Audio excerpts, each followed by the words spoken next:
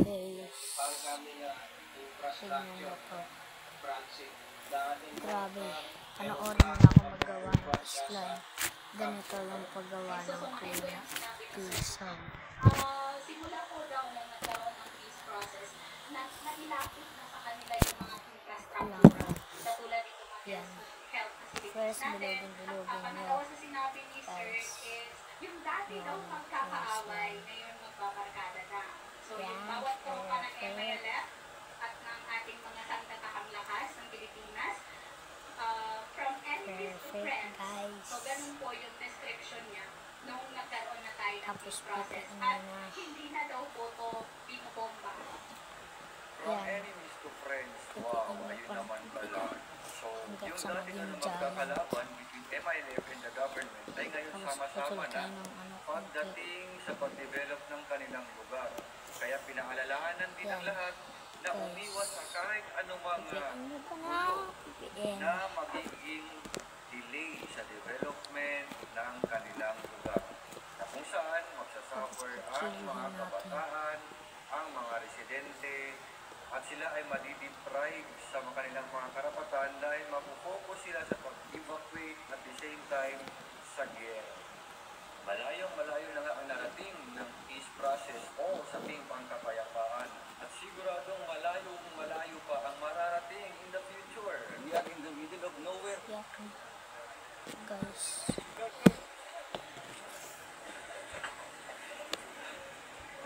Tapos iwain nyo.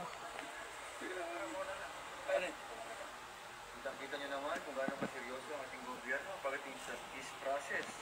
Talagang kinuha ng ating team ang bayan ng Gintulungan, partikular na sa Camp Badar, na kung saan magkakaroon tayo ng konsultasyon upang marinig ang kanilang mga hinaing, ang kanilang side, kung ano na ba ang status nila after ng mga nakaraang taon matapos ma-implement peace process between government and MILF, na kung saan positibo naman ang mga residente, ang mga combatants at ang mga commanders sa naging resulta. O kahit pa paano ay unti-unti na mga natatamasa ang kaginhawaan dahil malayo na ang narating ng kanilang community kumpara sa dati nilang kalagayan. Kaya lubos ang pasasalamat ng ating ahensya sa effort between government and the MILF. Sana tuloy-tuloy na to at maraming salamat sa lahat.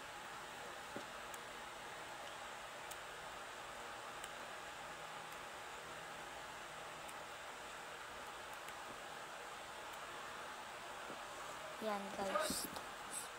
Kung iniwan nyo, kunin nyo. Dem. Pizza.